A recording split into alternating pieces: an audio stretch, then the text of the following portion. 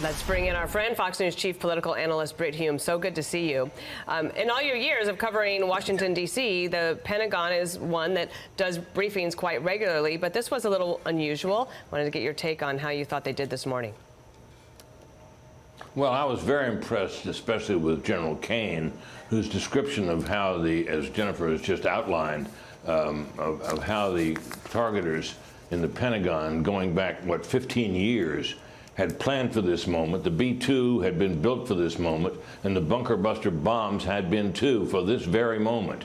And I think it's fair to say that the problem with that early report that leaked out of the Defense Intelligence Agency was that it wasn't really plausible that ordnance of this capacity that had been tested to the extent it could be by the U.S. military, and that, so far as we could tell, struck the target precisely, would have done only limited damage. It was obviously a preliminary report, and as Jennifer pointed out in her reporting when it first came out, it was low confidence, and it seems to have deserved low confidence based on all that we've heard since. Obviously, final reports are yet to be heard, but it was an impressive briefing, especially by General Kane. I'd like to say a word, if I may, Dana, about Jennifer Griffin, who was attacked by the Defense Secretary today, an attack she certainly, in my view, did not deserve. Her professionalism, her knowledge, and her experience at the Pentagon is unmatched, and I have had and still have the greatest regard for her. The attack on her was unfair. One thing I was going to mention about that, Britt, is that the DIA is kind of like on the first level of intel. It gets higher up as you go to the CIA and DNI. And it reminded me of the 2004 exit polls. Right, these first reports can often be wrong, and that's what they were trying to correct today. Bill. And Britt, I was just going to ask. Yeah, it was a typical. Go ahead, Britt. Go ahead, Bill. I'm sorry. No, please go. No, ahead. I was just going to say that it is typical of the media in our age that any negative report that you can get your hands on in the aftermath of the United States military action is going to be highlighted, played up, and so on, despite the fact that it was early. Based on very little and low confidence. And it's disappointing that happens. It continues to happen, but it does. Yeah, Brett, you can tell the administration is just really irritated about those initial leaks and how they were portrayed in the leaks to the media. The president last night, when he was announcing this press conference, teased it as offering irrefutable proof that these strikes were a success. Do you think they achieved that with this press conference this morning? Well, I think they probably helped, particularly General Kane's comments. And look, there's now a body of response that we've seen to this initial report, and we're hearing it from all kinds of quarters, as has been outlined by Jennifer and others, to the effect that the likelihood that this was a very great success is the real deal. So obviously we await final reports. First reports are inevitably unreliable and should be so treated.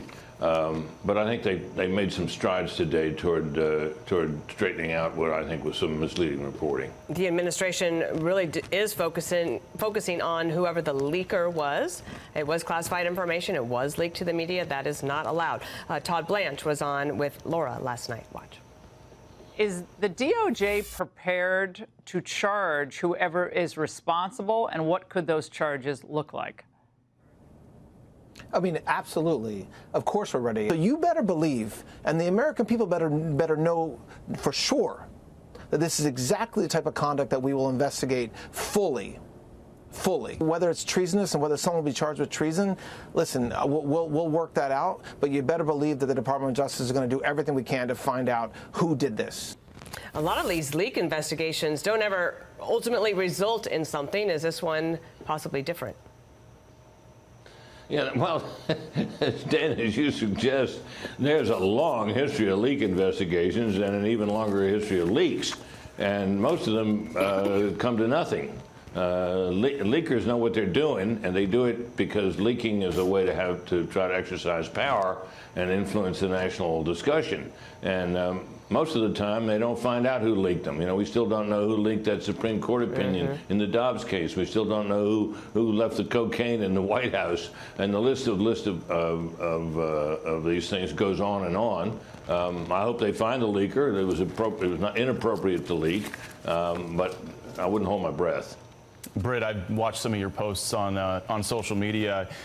You've got, some concerns about some of the reporters that initially picked up the leak, or the pieces of the leak that came out initially. Your thoughts? Well, the main thing, look, I don't have any objection to reporting the existence of this early report from the Defense Intelligence Agency. What I object to is it being played up as if it were some final judgment, and, in particular, a report on CNN left out the fact that this was held in low confidence. That's important. That's a critical detail.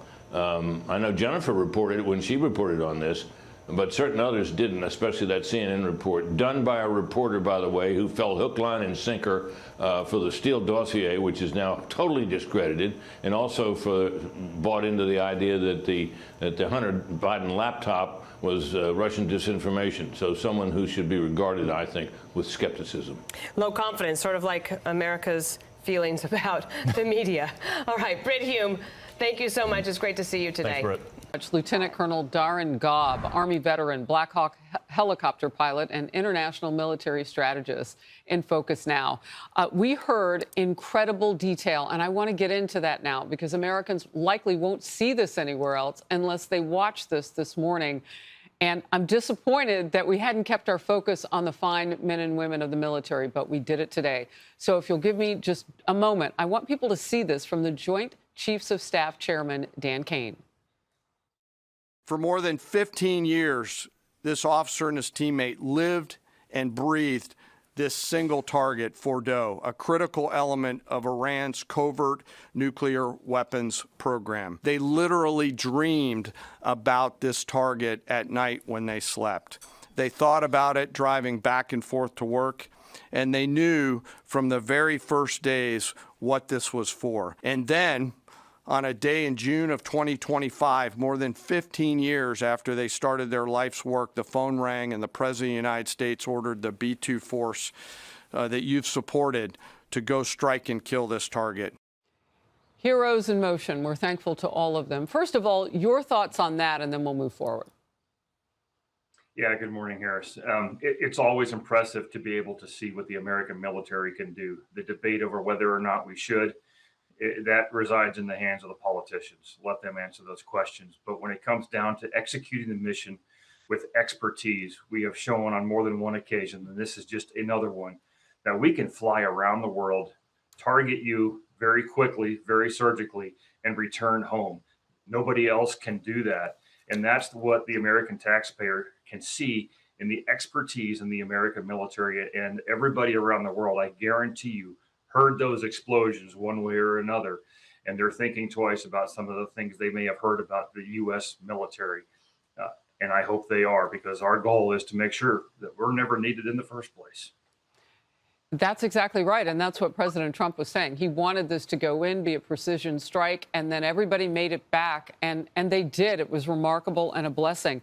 Look, what is important for Americans to know at this point? You've got a low confidence, leaked assessment early on before much was known at all.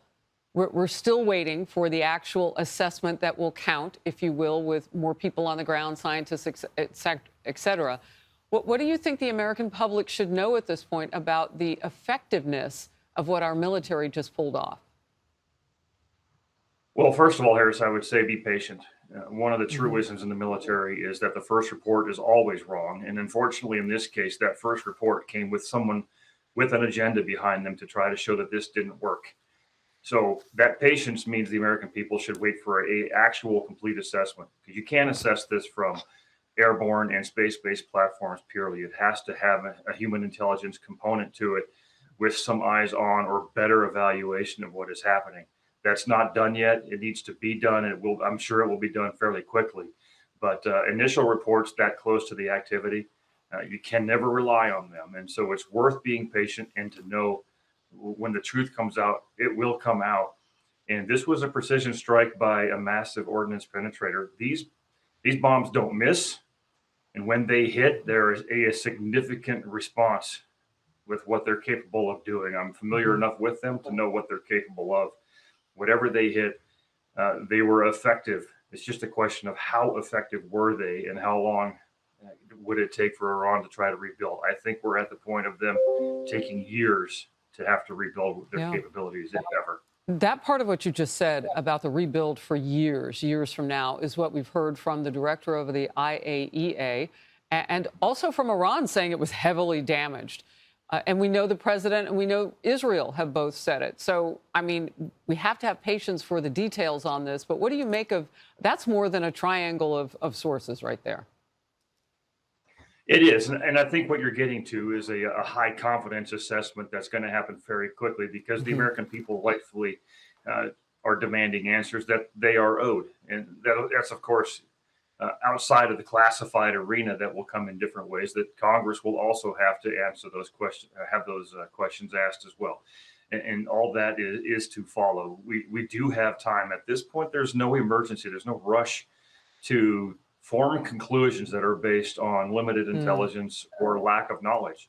That's why I believe that the American people do need to have patience. But I do believe this administration will provide some answers very quickly. Yeah, and the American people deserve the truth and not some politically or otherwise driven, slow drip of misfacts, misinformation, and perhaps an agenda, as you pointed to. So there is an FBI criminal investigation looking into who might have leaked this information. Let's move on, though, for what I've been promising so far this hour, and that is a lot more detail on that mission, which came via, at one point, Chairman Kaine, who also highlighted the young soldiers who were tasked with defending the largest U.S. base in the Middle East when Iran retaliated. Let's watch. The oldest soldier was a 28-year-old captain. The youngest was a 21-year-old private who'd been in the military for less than 2 years. Imagine you're that young first lieutenant, you're 25 or 26 years old, and you've been assigned as the tactical director inside the command and control element. You, at that age, are the sole person responsible to defend this base. As the targets were detected, round after round of Patriot missiles are ejected from their canisters by an initial launch charge. Then the main solid rocket motor ignites. You can feel this in your body if you've ever been around a Patriot taking a shot. And round after round goes out and guides against those missiles coming inbound. We believe that this is the largest single Patriot engagement in U.S. military history. These awesome humans, along with their Qatari brothers and sisters in arms, stood between a salvo of Iranian missiles and the safety of Al-Udeid. They are the unsung heroes of the 21st century United States Army. Sir, you have served. You get the last word. These are the kind of people that America grows. And it doesn't matter what age they are. When they're very young, they are capable of doing great deeds, and they will continue to do so.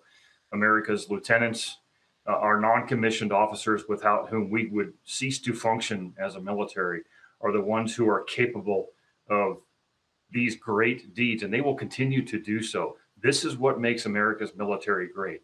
It's not grand statements from podiums by generals. And I love General Kaine, by the way. It's soldiers on the ground, sailors, airmen, Marines, who take the initiative to do what is right when the time is right, no matter what is going on in the halls of D.C. All they know is they have to do the best job they can. This is what they do, and they'll continue to do so. Amen. Colonel Gobb, thank you. Thank you, Harris. We're going to send it out to Alexandria Hoff live at the White House. Alex, good morning to you. Good morning to you, Bill. Yeah, this briefing that we had just seen, this was the Pentagon's moment to tell the story of this mission, explain what the weapons used are capable of, and in doing so, counter reports that had drawn into question the effectiveness of this mission. General Kaine explained a little bit more about how all of this went down and the intricacies of Operation Midnight Hammer. Listen. The primary kill mechanism in the mission space was a mix of overpressure and blast, ripping through the open tunnels and destroying critical hardware. The majority of the damage we assessed based on our extensive modeling was a blast layer combined with the impulse extending from the shock. Imagine what this looks like 6 times over. So he says everything worked as planned. All of these weapons performed as they were expected to on an operation that really was 15 years in the making, because as General Kane explained, there had been somebody, two individuals actually in the intelligence community, watching Fordo specifically as a site suspected of nuclear enrichment this entire time, and looking what kind of weapon would be needed to destroy this. It was explained to us that, and to all press that were there, that an attack on a mountainside covered nuclear site really would require the kind of weaponry that would first blast open the cap that they have. That is what happened. The rest went down into the ground, 1,000 feet per second, I believe the general said, exploding in that mission space where really the hub of Iran's nuclear capabilities. Weapon number 6 then was their cover, just in case one of those jets or weapons did not work. General Kane saying today it's really not his job to assess the aftermath, but he knows everything worked as it should. The Joint Force does not do BDA. By design, we don't grade our own homework. The intelligence community does. But here's what we know following the attacks and the strikes on Fordo. First, that the weapons were built, tested, and loaded properly. 2, the weapons were released on speed and on parameters. 3, the weapons all guided to their intended targets and to their intended aim points. 4, the weapons functioned as designed, meaning they exploded. All right, so something the White House is now looking into is the way that they share information with members of Congress. There's clearly an indication there that they feel like that some of this leaked initial assessment might have come from that direction. The White House, also, officials in law enforcement, federal law enforcement, are looking into potential charges for whoever this leak is found to have been. This was early information, they said, and that reporting, the administration feels kind of lacked the full scope of that anyway. They found that to be reckless and an insult to the pilots and all of those who bravely contributed to Operation Midnight Hammer. Jennifer Griffin did ask an important question during this briefing today. She asked about certain imagery that was captured that showed Iranian trucks, I think she said, that had been seen on site one day, gone the next. That kind of contributes to this idea that Iran might have been moving their enriched uranium in the days prior to this attack. Secretary Hegseth, when asked about that, said that they are still looking at understanding where all the pieces were at what time. Guys. All right, Alex Hoff with a great wrap-up of what we just saw this morning. Alex, thank you. We are awaiting new comment from the White House regarding the leak of a low-confidence preliminary report on last weekend's strike on Iran's nuclear facilities.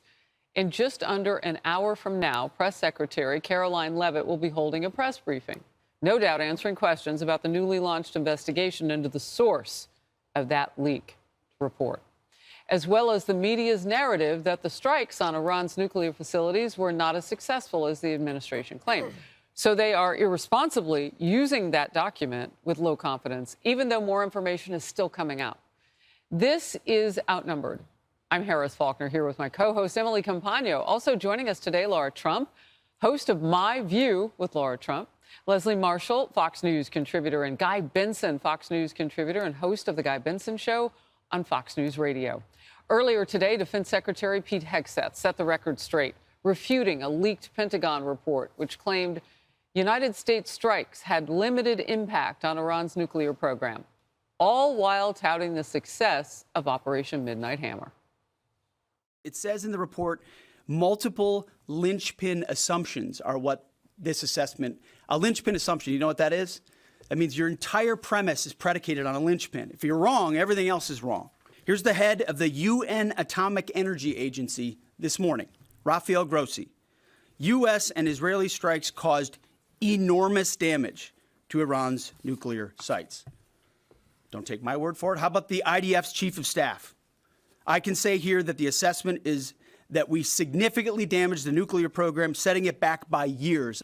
John Radcliffe, the director of the CIA, putting out a statement just last night. CIA can confirm that a body of credible intelligence indicates Iran's nuclear program has been severely damaged by recent targeted strikes. How about DNI Tulsi Gabbard yesterday?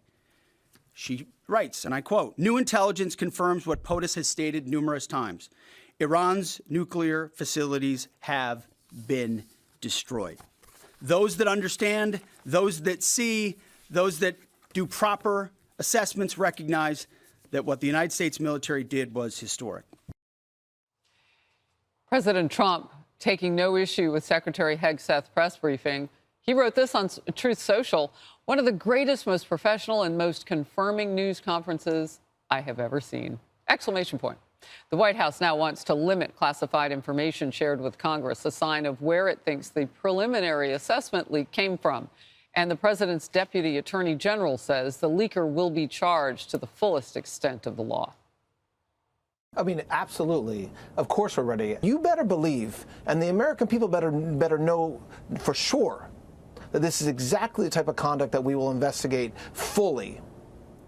Whether it's treasonous and whether someone will be charged with treason, listen, we'll work that out, but you better believe that the Department of Justice is going to do everything we can to find out who did this. Guy, this isn't about whether or not the report was put out there. It's how it was put out there. It's the fact that the journalist didn't question any of that, who put that out there in legacy media, and made it appear as if that was the one that we had all been waiting for, although it's labeled low confidence. I don't know about you, but I don't even take baby aspirin with low confidence. I mean, come on, if it says that on the label, you're looking for the real stuff.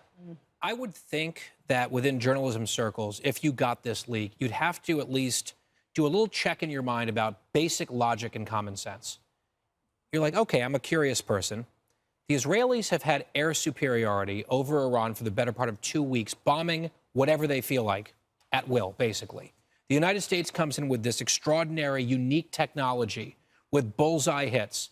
Oh, and by the way, the Israelis took out the brains behind the nuclear program, all those scientists, and yet that only set the program back by a few months. It doesn't make any sense just to a non-expert, outside observer like myself or like your typical journalist. I think what Secretary Hegseth did there was really smart. He said, don't take my word for it. Let me go through all the different intelligence agencies that have come to a different conclusion, including the IAEA, which isn't intelligence, but this is their bread and butter. This is what they do. The Israelis clearly have extraordinary intelligence penetration into Iran. They've come to the same conclusion as we have, but we're all supposed to focus on this one report with low confidence. It doesn't make any sense to me at all. Emily. And I want to focus for a moment on the nexus between the legacy media's amplification of a low confidence report in stark contrast to under the prior administration when they would rely heavily on the actual sources. So here's a couple examples. And the point, too, is that the Biden administration botched it. So number one, remember that the Biden administration relied heavily on the intelligence community's assessments of how long the Taliban would be able to stay in power, right? Yep. That turned out to be totally different. But the press ran with it at the time. And what about the Chinese spy balloon, right? Then President Biden told us many times it's upon dependence of the intelligence community's assessments, historical and real time, that we've made the decision to shoot it down over water, to let it ride across the whole country. The press amplified that and didn't question it. And what about the 51 former intelligence officials that signed that letter that turned out to be completely false about Hunter Biden's laptop and Russian disinformation that the press ran with and failed to correct later? And so now you contrast that with a low confidence one report of the 17 intelligence agencies that all of a sudden that is somehow amplified when the director of the CIA says it was successful. Iranian, Israeli officials, everyone is saying it was successful. But one lone small voice that happened to leak it to another legacy figure, and that's what they amplify. It just shows the rot still exists and that it is purely political in legacy media. Yeah, or laziness. I mean, that's my greatest concern as a journalist. I'm just thinking, are we losing our curiosity and they simply take what they're fed because it does fit that narrative? Right. That is really unfortunate. Laura. Yeah, well, that is exactly right. And I think that trying to spin a narrative out of this is very concerning. You know, before we're Republicans or Democrats, we're all Americans, right? That's what we should all remember in this moment. This was a monumental, historic achievement. This is something to go in and take out these nuclear sites that presidents before Donald Trump said they all wanted to do. He was able to get it done. This is a low confidence report. And the fact that you had the legacy media pouncing on it, that it seemed like they were attempting to weaken America and our footing on the world stage at such an important time like this. You know, you want America to lead from a place of strength. You want us to be able to say, here, we're going to lay it all out for you on the table. Here's every single report. as Pete Hegseth did there. He read all the way down and said, no, we know we got this. We know we got this. You don't want America on its heels in a weakened state whenever we are on the precipice of Middle East peace. You want us in a strong state. And it felt like, I think to a lot of us out there, that the goal of this was the media to attack Donald Trump, as they always do. And anything he does, if he says up, they say down. We know how it always goes, and that's very disappointing. You know what I'm thinking as you're talking? Whose side are they on? Well, that's right. Like, is it the American public and doing their job and getting the information right? I mean, I had news directors tell me, it's great to be first, it's most important to be right. Anyway, I want to get to this before I come to you, Leslie. General Kane, who is the chairman of the Joint Chiefs of Staff this morning, talked about the Americans who defended the American air base in Qatar during Iran's retaliation. Let's watch that. The oldest soldier was a 28-year-old captain. The youngest was a 21-year-old private who'd been in the military for less than 2 years. So let's put ourselves out there for a second. Imagine you're that young first lieutenant, you're 25 or 26 years old, and you've been assigned as the tactical director inside the command and control element. You, at that age, are the sole person responsible to defend this base. Listening next to you is your early warning operator, whose job is to notify you of imminent attack. There's 5 people inside a vehicle and 5 people outside of a vehicle around these, a total of, as I said, 44. We believe that this is the largest single Patriot engagement in U.S. military history. I know your home state of California has the highest number of military veterans in the country, and so we appreciate them. I do want to say that when you hear that level of detail, it's hard not to thank everybody who's ever put that uniform on, especially the youngest among us who did it last weekend. Well, that's where you and I have something in common, both our dads, right? My dad in the Korean War, we're both military kids. And my dad. Listen, I want facts, right? And I want journalists to put out facts. And I do think somebody's like, okay, I've got this and I've got this fast. But a lot of the stuff that we have coming out is fast. So let me quote the president himself when we talk about, of course, I have to put my password in because I've got to quote it, right? The president said, quote, the intelligence was very inconclusive. The intelligence says we don't know. It could have been very severe. That's what the intelligence says. So I guess that's correct. But I think we can take the we don't know. It was very severe. It was obliteration. Here's the thing. The top brass at the Pentagon have said to have a really deep dive into this is going to take a long time. We're not going to know. Did Iran move any of the uranium, specifically Fordo? Can they dig Fordo out? They're talking about just water and electrical issues once they dig out. How long will that take? And I think not just the American, citizens and voters, but certainly the House and the Senate have a right and a necessity to know all of those details and those specifics. And that's what I saw coming out as an American in questions after that leak. Leak, terrible, but what the leak did is prompted more questions to get more specifics. Can I just say, with regard to how bad were they hit and how long would it take, and did they move any of that uranium before this bomb? Leslie, I would say this just real quickly, and Guy, I'll go to you next. None of what you just asked should be predicated on something that was leaked, because it's not necessary. I asked those questions, too. I want all those answers, Oh, no, I agree with you. You don't need the leak to have I don't predicate it on, well, somebody told me that. Those are the questions I asked before, and I'm still asking that they may sort of kind of know the answer. No, I mean, you obviously want to know what happened. I would just make a very quick point. You said when the regime starts digging out Fordo. I think it's an if, because the Israelis are going to be watching them like a hawk. They're not going to let them dig out. They've got control of the skies. Well, no, I disagree. I would say when. All right. Last word? Well, and I would also echo what Guy said earlier, which is that the top scientists there in the country who were developing this nuclear program were all taken out as well. So even if they move some of that uranium, even if there's anything left, it'll be a long time, thank God, before they get their hands on anything that's concerning to the world, I think. Yeah, the administration said that the DIA report was low confidence intel. Can you share what other assessments are currently underway to get to the bottom of just how effective these strikes were? Yes. Well, I can assure you what the CIA director said, that when we look at the entirety of the intelligence that we have to this date, it concludes that these strikes on the the Iranian nuclear facilities were absolutely successful. It was a total obliteration, as the president said. And not only does our own intelligence say that, but also the Iranian foreign minister has said that. We saw Israel conclude the same thing based on their own intelligence. We also had the United Nations say that as well. So I think the only other time the United Nations, Israel, Iran, and the United States has agreed on something is that the sky is blue, but they all agree that Iran's nuclear facilities were completely demolished. And I would just like to reemphasize, you mentioned this was a low confidence preliminary intelligence assessment, and the entirety of that assessment was not leaked to the media. Only tidbits of that assessment were leaked to CNN. And we have seen this playbook run before, where you have people in the intelligence community, or perhaps on Capitol Hill, we don't know, but I believe the FBI is investigating to find out who that leaker was, because it's illegal and they should be held accountable for that. Leaked bits and pieces of an intel assessment to push a false narrative. And it's to the same reporter, I will add, Natasha Bertrand of CNN, who has done this in the past. In 2020, it was Natasha Bertrand who had 51 intelligence analysts falsely lie to her, but she still put it on paper for some reason, that the Hunter Biden laptop story was Russian disinformation. We all know that's not true, right? We can all agree on that now. That was a lie from the intelligence community.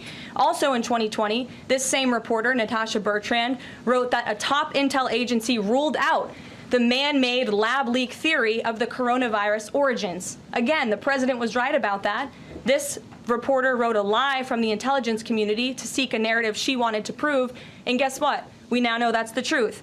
Also, in 2024, Bertrand pushed the suckers and losers hoax. She also pushed the fine people hoax, which was taking the president's words purposely out of context. And then last October, and I believe this is notable, Natasha Bertrand published an article in Politico from the intelligence agency. She said that John Ratcliffe was speaking without any evidence when he said Iran was attempting to undermine President Trump's presidential campaign. And then we, of course, found out that was absolutely true. In fact, the Biden administration declassed an intel report which said they had high confidence that Iran had done exactly what Ratcliffe alleged. They did run an influence campaign to hurt President Trump's candidacy. In fact, we know the Iranians tried to take President Trump's life. And so this is a reporter who has been unfortunately used by people who dislike Donald Trump in this government to push fake and false narratives. She should be ashamed of herself. And that's not what reporting is. Journalism is trying to find the facts and the truth. And this week, we saw this same reporter being used to push a fake narrative to try to undermine the President of the United States, and more importantly, the brave fighter pilots who conducted one of the most successful operations in United States history. And I think the American people fully know that this operation was a complete and total success. Back to our top story now. The Trump administration refuting a leaked Pentagon report that claimed the U.S. strikes had little impact on Iran's nuclear program. Joining us now is House Intel Chair and Arkansas Republican Congressman Rick Crawford. Sir, thank you so much for joining us. So where are you and where is your thinking on all of this? What should people believe? Well, I think we buried the lead here. Look, the strikes were wildly successful, and what did they accomplish? It'd be less about the damage they inflicted on the installations there and more about what they did to bring Iran to the table. And essentially, this strike led to peace in the Middle East. And I think if we can focus on that, we can get past all this rhetoric about how much damage was inflicted or was not inflicted. And I think that's the real point of the story. But some of the fallout appears to be, Congressman, that the president is maybe not going to be so free in sharing classified information with Congress. This, according to Axios, quote, Trump to limit sharing classified info with Congress after leak on Iran bombing damage. We are declaring a war on leakers, a senior White House official said on Wednesday. Now, Caroline Leavitt said she didn't know if this leak came off Capitol Hill or if it came from someone within the DIA or someone else. But what do you think about the president and the notion that he's not going to be so quickly sharing classified information with you folks on Congress? Well, I understand his feeling on that. I mean, I'm equally outraged about leaks wherever they came from, and it's our responsibility in my lane and as chairman of this committee to make sure that we're doing everything we can to be good stewards of classified information. So we are redoubling our efforts at the committee level to make sure that none of this kind of thing would ever happen on our watch, at least on my watch, making sure that we're doing everything right. But I understand the president's sentiment, but we have to be also conscious of the fact that Article 2 gives us authority to oversee the executive branch. And so there's a balance there that we need to strike, but we need to show the president that we're taking this seriously, and we are.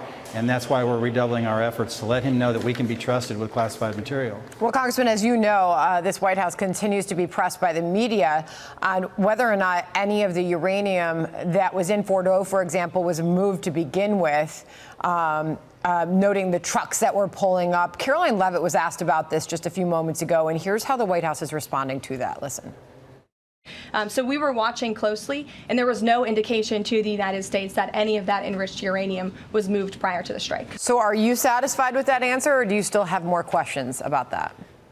Well, I can tell you this, that the president gets more and more in-depth intelligence than I get. And so if the president is satisfied with that, I'm satisfied with that, and I'm not going to question that. So one other thing, and that is that there's supposed to be a classified briefing happening, and Democrats have been hopping up and down complaining about the fact that it hasn't happened yet.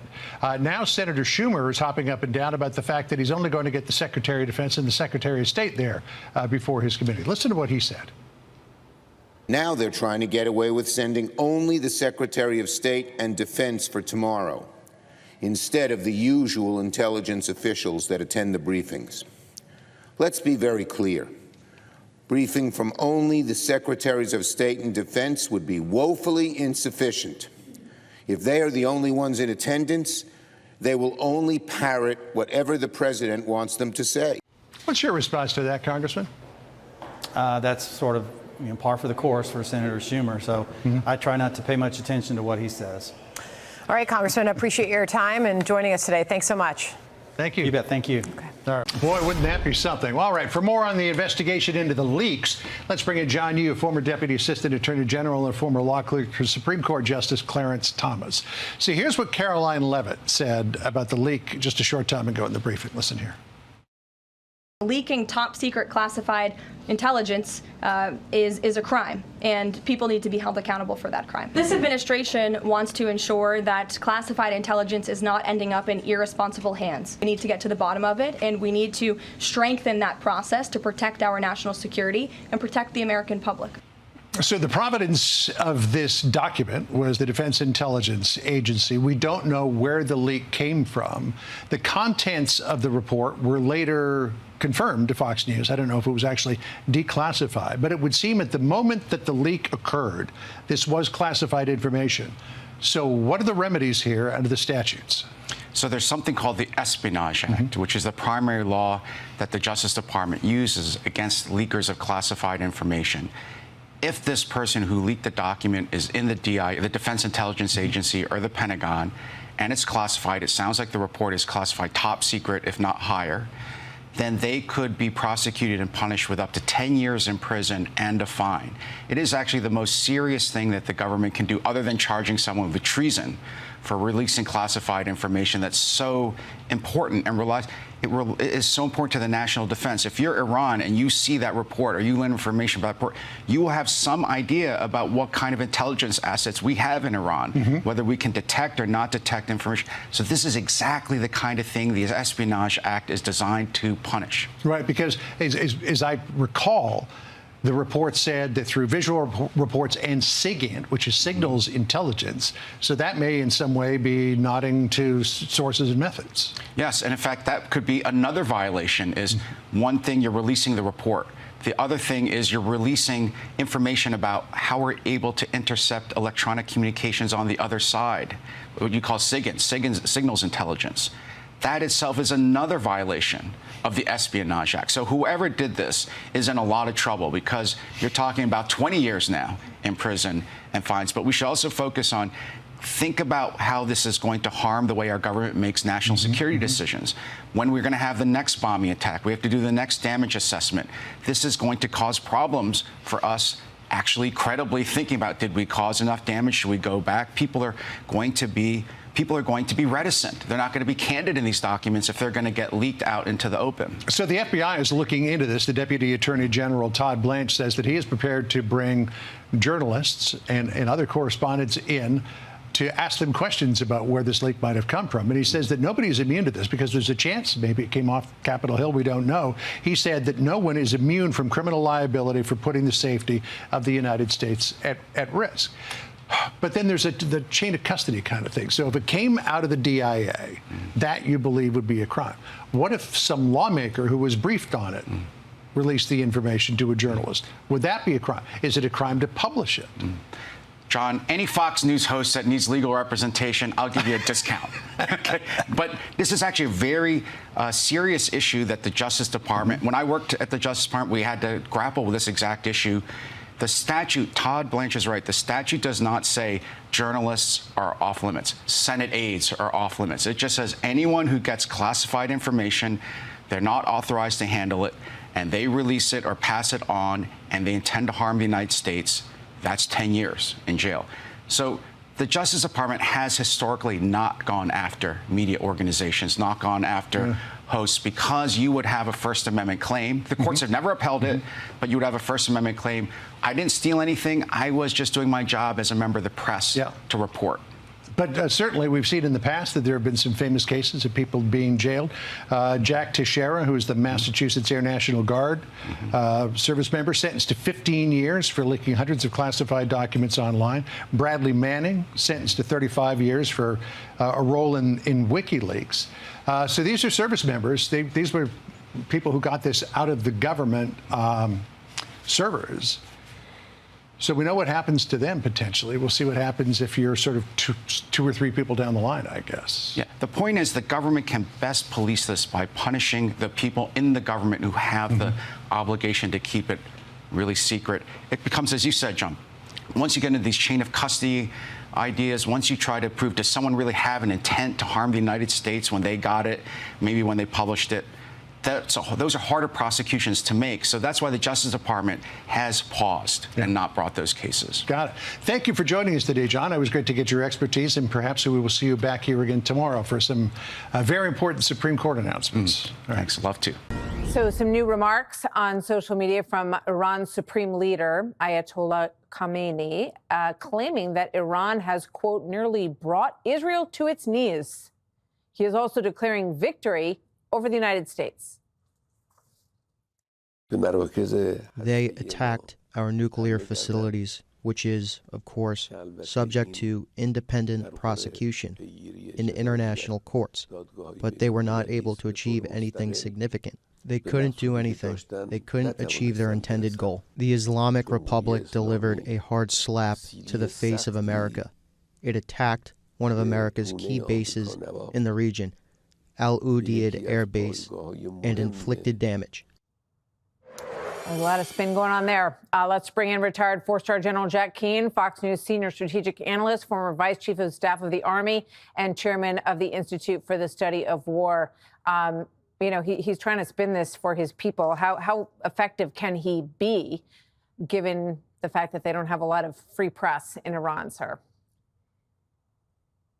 Well, given that relatives and other people that are spread around the world. I have Iranian friends right here in this very international community of Washington, D.C.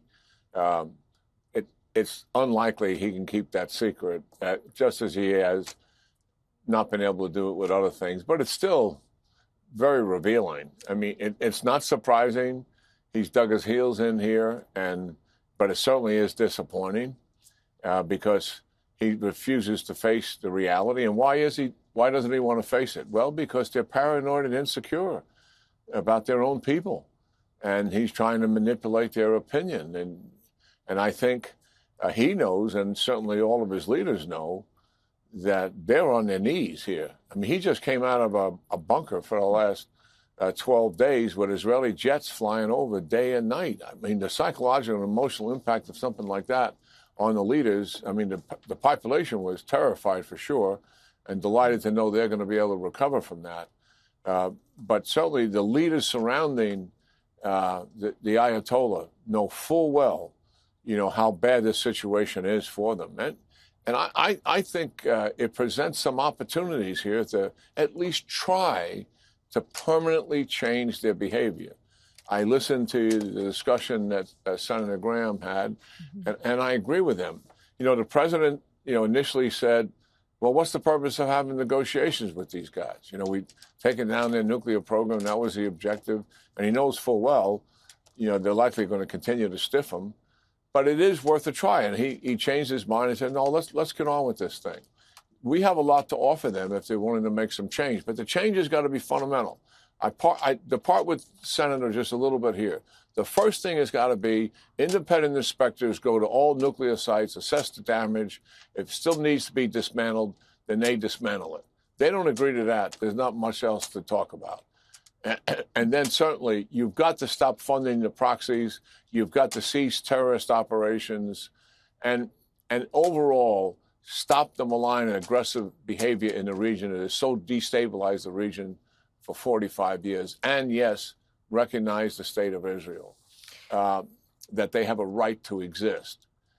The reality is, will they comply with that? It's unlikely, but it's worth trying. And there's a pretty good deal on the table for them, Martha. Survival, and that is potentially, right? Remove sanctions. Yeah, survival. Remove sanctions, free trade, kind of behave as a legitimate country, maybe take the threat away from their people. If their quality of life goes up a little bit, it may take the edge off of them somewhat in terms of their constant consternation. I think they're aggravated by the fact that the economy is in a tank. Certainly they're aggravated by the control that this regime has over their everyday life, their thoughts, their ideas, how they dress, their culture, everything. Some of that would never be removed as long as these thugs and killers are in charge. But I do think it's worth a try, and we shouldn't be dismissive of it. Yeah, I mean, the president gave them 60 days to come to the table last time around, and perhaps there's another offer to have some discussions. There's a ceasefire that's holding for a few days now. We all hope that that continues to hold as the Ayatollah considers his options. We'll see what he decides to do. I want to ask you about this Pentagon briefing this morning, because I saw your response to it, and I could tell that you were very moved by parts of this briefing, and also struck by the tone of the defense secretary. And you compared him to a prior defense secretary. So if we can control room, let's play these back to back. First, the current defense secretary, and then Donald Rumsfeld. Watch. And the reality is, you want to call it destroyed, you want to call it defeated, you want to call it obliterated. Choose your word. This was an historically successful attack, and we should celebrate it as Americans. It's interesting to me that a government that consistently does not tell the truth seems not to pay a penalty. Everything they say is accepted. Everything they say is repeated. Everything they say, notwithstanding the fact that they have lied over and over and over again. And yet there it comes. They said this. What do you think about this? Some pushback there from Don Rumsfeld, a little trip down memory lane there for those of us who remember him in office. Your thoughts on what you heard in there this morning, sir? Yeah, I mean, similar. I mean, the reasons were different, certainly. And I had a lot of dealings with Don Rumsfeld, and certainly if he had a thought, he expressed it. and the press room got a full dose there. But I think what we saw in Secretary of Defense Hegseth is, just his incredible frustration in dealing with such a misrepresentation, and his emotion and passion is driven by what he believed was a fundamental insult to those who participated in the operation, and that drove the intensity of his comments today, and look at that misreading of the report was intentional, given what was in that report, that it was preliminary, that it was low confidence. The top of the chain of command had not seen that report yet anyway, but here we are sharing it with the American people and our adversaries as well. But then the second part of the briefing by Chairman Kaine, I thought was really stunning in the sense that he brought it alive for us in terms of the people. I've not seen anything quite like that before. I commend the general, for doing that, and so graphically illustrated what 2 minutes of life was like for 44 Army soldiers facing the biggest threat of their life, and their performance to protect the base and to survive dependent on how well they functioned as a team and how well they knew their job. And here's the other thing, how well they held on to their fears. You know, we train our people that it's okay to be afraid. Don't be scared of being scared. But we teach them how to hold on to that fear, and you can operate in a fear environment, in a very threatening environment. You know, very few people are born with that. We can train our people to cope with that kind of thing. And then the second thing, dealing with the actual bombing of the operation. And I was stunned when they said we had people working on this for 15 years who, one, started in 2009. By the way, the target was provided by Iranian resistance. And then they watched that target every single day as it emerged into something very sophisticated and almost impossible to deal with. And they had to bring in consultants in, I'm sure. And they concluded that we don't have anything in the arsenal. We have to get a special munition. They did that. They developed it. They tested it.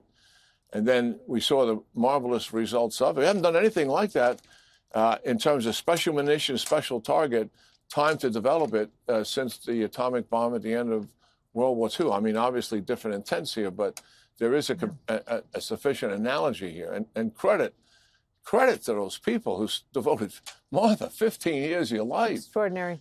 No, it's extraordinary dedication. It's extraordinarily patriotic. I'm so glad, as you are, that he shared this story with us. You think about these individuals going around with this in their mind and in their heart all day long. This is their mission, that they want to take out this Iranian nuclear facility and that they are dedicating their lives to the proper study of the geography around it, the geology of the ground around it, every brick, everything that they watched, built. And then they said, you know what, we've now determined this is the kind of bomb that we're going to need to take it out. It's an extraordinary story, and I hope we hear a lot more about it. General Jack Keane, actually, everyone can hear a lot more about it. Let me add one. Yeah, go Martha, ahead. let me add one thing real quickly. I mean, when people talk about our troops and they've been with them, this is what we're talking about. I mean, we get inspired by the people that are around us. What was it like for you to have a career in the military? I said, I lived a life among heroes. If I was going to write a book, that's what it would be. My life among heroes. I, every day, got inspired by the people he was describing here. Military and civilian who were dedicated to this cause, who sacrificed so much to get it right for the American people. I've always been in awe of them, and I love being around them. I still love associated with them to this day. And it was reflected in that briefing today, and I really applaud the chairman for it. Well, we love being around you for that same reason, because we like to be around heroes, and we hope a little bit of it rubs off on the rest of us. General, thank you very, very much. It's always good to have you here. I hope you write that book, because we'd all like to read it. Thank you, General. But first, breaking tonight, there is a major effort underway to find and prosecute whoever leaked information about the preliminary low-confidence damage assessment following the U.S. strike on Iran's nuclear facilities. This comes as leaders at the Pentagon staged an aggressive and defiant news briefing this morning against insisting those attacks were successful. Again, insisting. President Trump maintains Iran nuclear fuel was not removed ahead of that attack, and his top military commander is praising a group of soldiers and for the pilots for their valiant efforts to eliminate the threat from Iran's counterattack. Chief National Security Correspondent Jennifer Griffin reports from the Pentagon tonight on the timeline of these events. Good evening, Jennifer. Good evening, Brett. The defense secretary was upset that a leaked preliminary intelligence report produced by his own defense intelligence analysts suggested just hours after the strike that Iran's nuclear program was merely set back, not destroyed. This video shows simulated testing using the massive bunker buster bombs against a mock-up of the Iranian facility at Fordo, a plan that had been conceived and honed over the past 15 years by Pentagon targeters who first saw the shaft in satellite photos in 2008. The B-2 stealth bombers dropped 6 bunker buster bombs each into 2 ventilation shafts above Fordo. The air shafts provided a direct path unimpeded by rock into the main complex underground. The fuses were timed so the 30,000-pound bombs blew up underground 5 feet off the floor. And the pilots stated, quote, "This was the brightest explosion that I've ever seen. It literally looked like daylight." The Iranians covered the air shafts with dirt and concrete in the days before the strike. The first bunker buster was dropped to remove that concrete. Images of a dozen trucks outside Fordo in the days ahead of the strike led some to speculate that some of the 440 kilograms of highly enriched uranium may have been moved to another location. President Trump, after the briefing, quote, "The cars and small trucks at the site were those of concrete workers trying to cover up the top of the shafts. Nothing was taken out of the facility. Would take too long, too dangerous, and very heavy and hard to move." General Kane praised the 44 young soldiers who operated the 2 Patriot missile batteries that protected the U.S. Air Base at Al Udeid from 14 incoming Iranian ballistic missiles, Iran's only response so far to the weekend strikes. Imagine you're that young first lieutenant, you're 25 or 26 years old. You know that you're going to have approximately 2 minutes, 120 seconds to either succeed or fail. The key question the secretary would not answer, where is the 440 kilograms of near weapons-grade highly enriched uranium right now? Nuclear experts say the 60% highly enriched uranium, which is a gas, can be moved using steel cylinders, each the size of a water heater or scuba tank. The Iranians told the IAEA before the strike they plan to move it. Brett? Jennifer Griffin, live at the Pentagon. Jennifer, thank you. Hey, Sean Hannity here. Hey, click here to subscribe to Fox News YouTube page and catch our hottest interviews and most compelling analysis. You will not get it anywhere else.